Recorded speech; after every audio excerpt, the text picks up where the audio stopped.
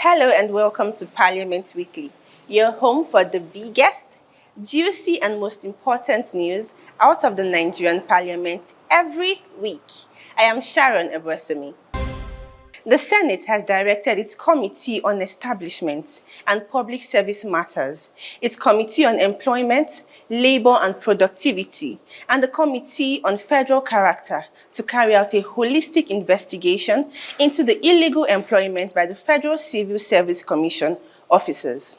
The sponsor of the motion, Senator Titus Zam, who represents Benue Northwest, while reacting to reports of unlawful hiring and recruitment into the service, noted that almost all ministries appears to be involved in the unpleasant trend, given how deeply the debilitating syndrome has penetrated the ministries, departments, and agencies.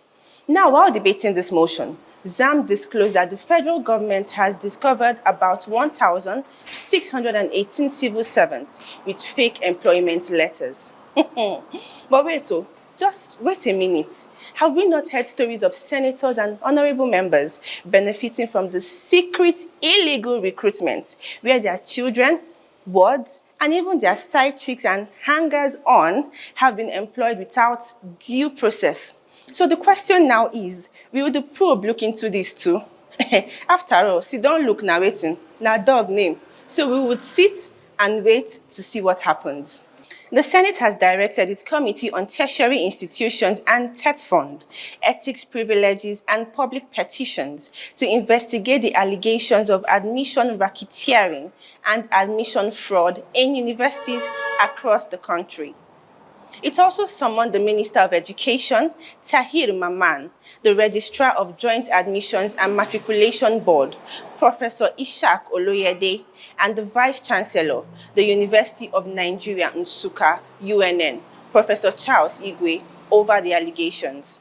Senator Onyeka Nwebonyi, who represents Ebonyi North Senatorial District, who sponsored this motion, alleged that the staff of tertiary institutions collude with the Joint Admission and Matriculations Board officials to offer provisional admissions for highly prized professional courses like medicine and surgery, pharmacy, law, engineering, and nursing science.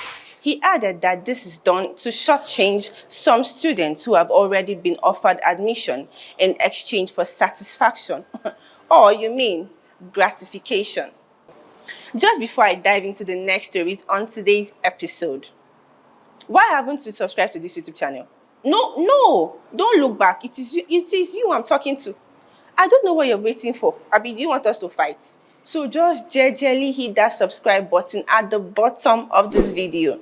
Also turn on notifications so you don't get to miss out on any of our interesting videos on this channel. Moving on, the House of Representatives Committee on Financial Crimes has said terrorism, money laundering, and other forms of financial crimes will be a thing of the past in the country. The committee at its inaugural meeting on Tuesday said all necessary legislative instruments will be mobilized to protect and safeguard the country's financial system for the benefit of all. This is according to the chairman of the committee, Ginger Obinna, who represents Isiala Ngwa South, North Federal Constituency in Abia State.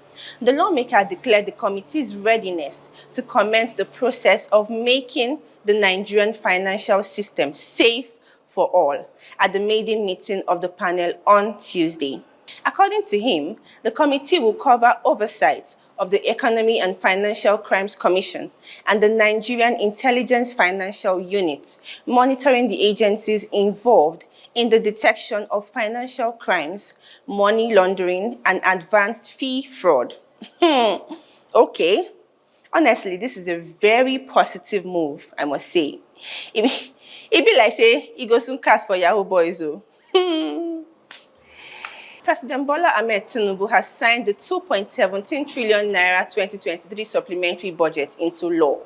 The 2023 Supplementary Appropriation Act was signed on Wednesday at the Presidential Villa, Abuja, in presence of the President of the Senate, Godswill Akpabio, and the Speaker of the House of Representatives, Tajuddin Abbas. Also present at the signing were the Senate leader, Opeyemi Bamidele, and the Chairman Senate Committee on Finance, Olamilekan Adeola. Others are the Secretary to the Government of the Federation, George Akume, the Minister of Budget and Economic Planning, Atiku Bagudu, and the Chairman of the Federal Inland Revenue Services, Zach Adedeji. This is in spite of the huge outcry over billions of naira allocated to purchase the cars for First Lady and government officials and other mouth-watering expenditures inconsistent with calls to cut down the cost of government. But kudos to lawmakers for reallocating the vexatious 5 billion naira for presidential yacht to the student loan program. We need our lawmakers to be more on the side of people. Abi, no be so?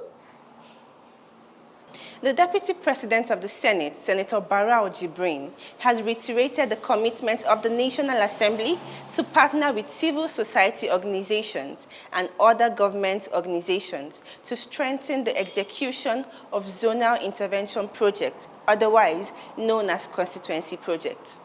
Barau remarked this while declaring open a dialogue tagged Parliamentary Succession and Constituency Project organized by Other Paper, Budget, and Makato Foundation on Wednesday in Abuja.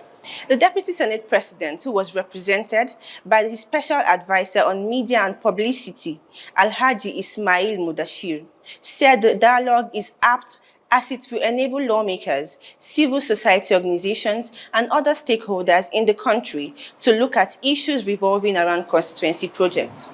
He also said rural communities have been experiencing rapid development across the country, courtesy of constituency projects. Hence, the need to sustain and improve it for the benefit of Nigerians.